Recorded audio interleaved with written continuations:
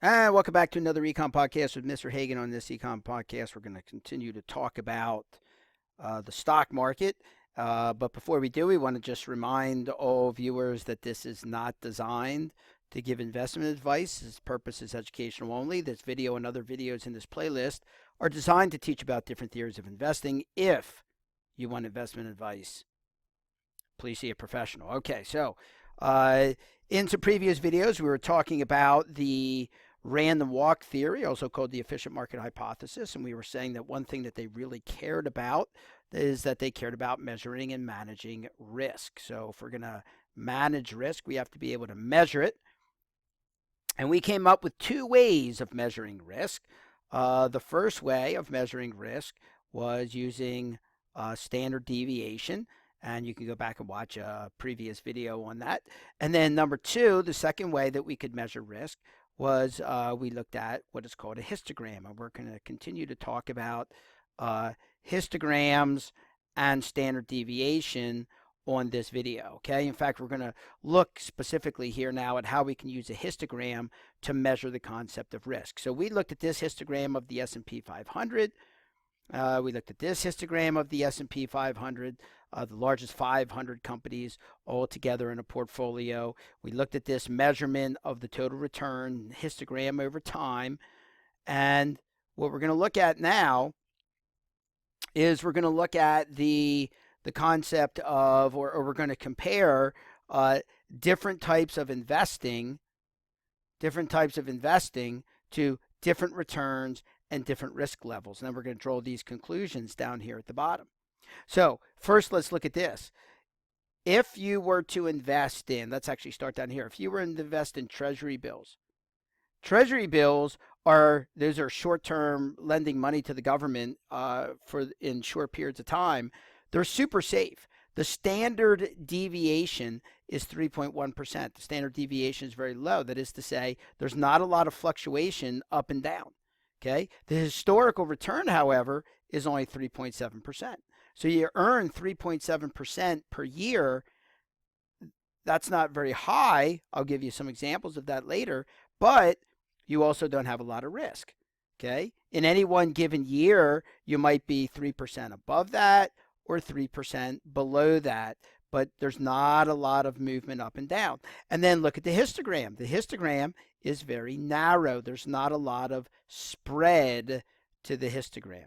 Okay, there's not a lot of spread to the histogram. So that means that total returns are always right around here. The total returns are always right around here.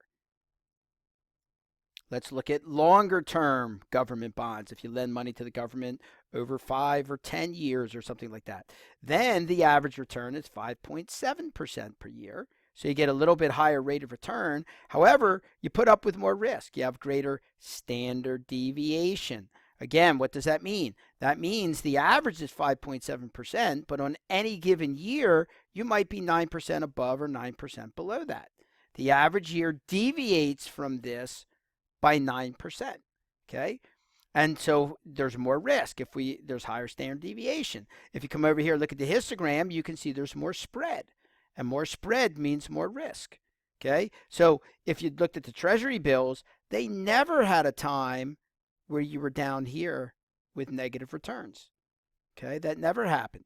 But it does happen with government bonds. Government bonds, they do have sometimes right there.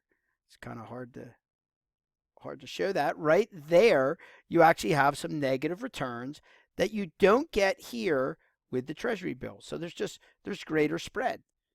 Okay, and greater spread means greater risk. Look at large companies. If you switch from lending money to governments to actually owning stock in companies, well, now you get a much higher rate of return, 9.6%, 9.66% from 1926 to 2009. Okay, however, there's also a lot more standard deviation. On any one given year, you might be 20% above this or 20% below this. So much higher standard deviation. That means that there's much more ups and downs. Okay, when we looked at treasury bills, not a lot of ups and downs, small standard deviations, not a lot of ups and downs year to year. When we look at large company stocks, When we look at large company stocks, there's a lot more up and down from year to year, up and down, up and down. Okay, with that big standard deviation, you could have years where you're 20 points higher than this average, but you could also have years that you're 20 points below this average. Okay, there's a lot more spread on the histogram, right? There's a lot more spread on the histogram. There's a lot more extreme results when you're in large company stocks.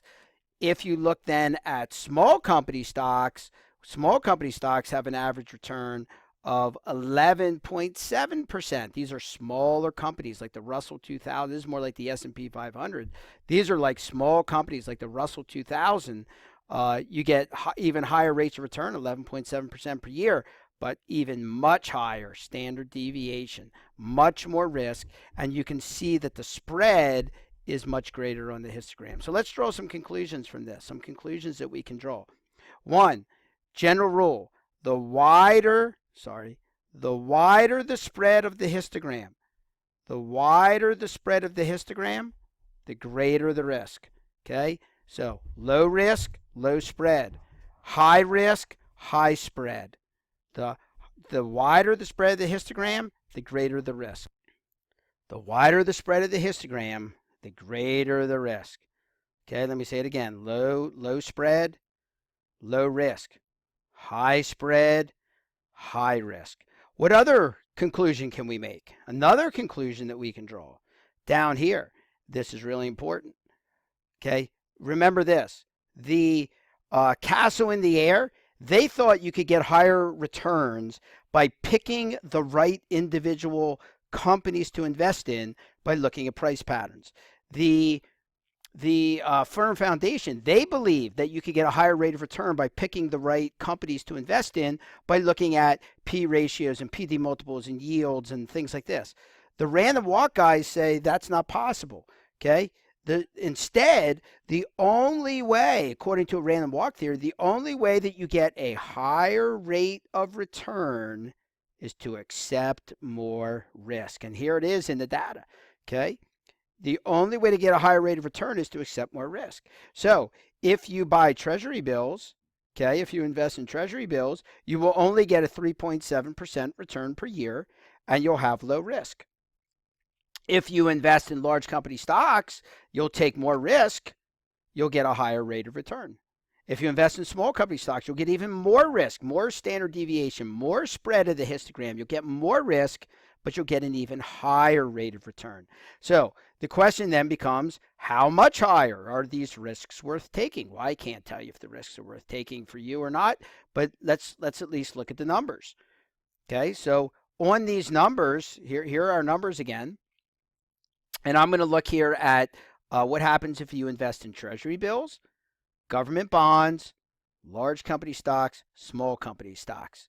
So let's imagine that, it's probably not realistic, but let's pretend that you received $50,000 from, your great uncle. He, passes away and leaves you $50,000. Well, how much would that turn into in 30 years? Well, we're going to use our formula, P times 1 plus R to the T.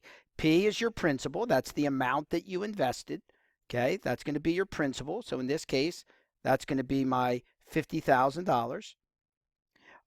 1 plus R right here, that R is your rate of return, which for treasury bills is 3.7%.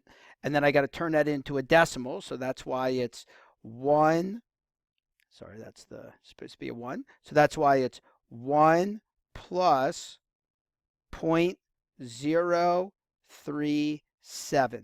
I turned that 3.7% into a decimal. So that's where I got this 1.037%. And then we're going to invest that for 30 years. We're going to take that 50,000, buy treasury bills, and we're going to leave it in treasury bills for 30 years. So how much would that turn into? Well, it's a very low risk investment, low spread, low standard deviation, okay? And you would end up with $148,000, $148,707. And that's nice. That's not a bad amount of money. What if we had chose instead to take a higher risk, higher standard deviation, higher spread in order to get a higher return?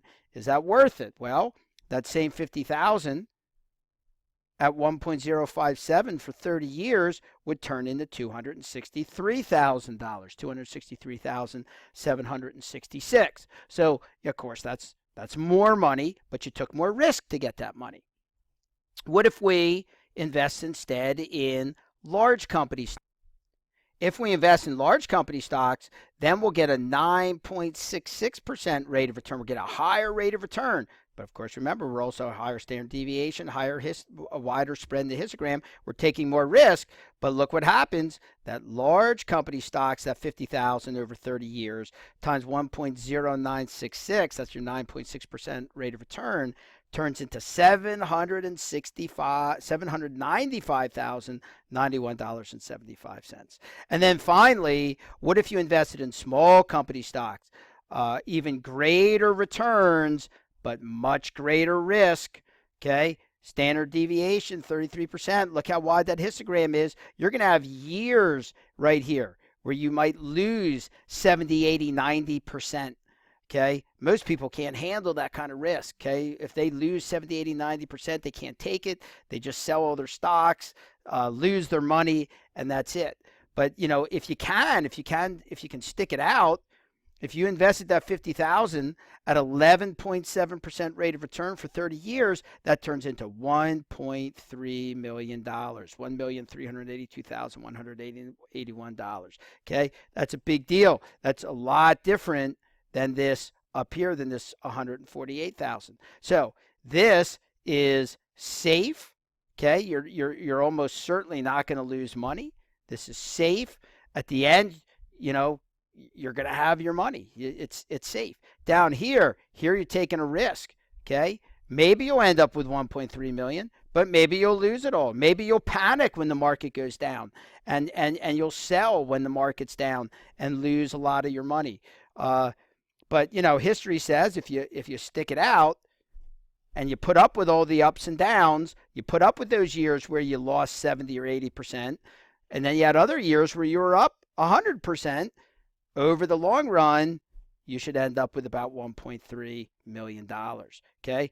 Please understand, I'm not saying you should do this. This is risky. Most people would have a very hard time putting up with this type of risk. Lots of people would say, hey, I'd rather just put my money in treasury bills, put my money in the bank, know that it's safe, and at least I know I'm going to have this money. I'm not going to lose it all. Down here, you're taking the risk of losing money, but of course, in the long run, probably you're going to end up with a lot more, $1.3 million. So the question is how much risk you can take. How much risk are you willing to take? Do you want to be safe, guaranteed money in the bank, almost guaranteed, or you want to take risk and take the chance of ending up with a lot more money at the end? Okay, but the important thing here, I'm not telling you which one of these to do by any stretch. I can't tell you what your risk level should be. Nobody can tell you that. You got to figure that out for yourself. And lots of companies will have risk assessments that you can take to get a feel for what kind of level of risk you're willing to put up with. But here's the real key at the end. What I'm trying to get to is not to tell you where to be on here. What I'm saying is that the random walk concept is that the only way to get a higher rate of return is to accept more risk. All right, this has been Mr. Hagan on another Econ podcast. Thanks for joining me, and we'll see you on the next podcast.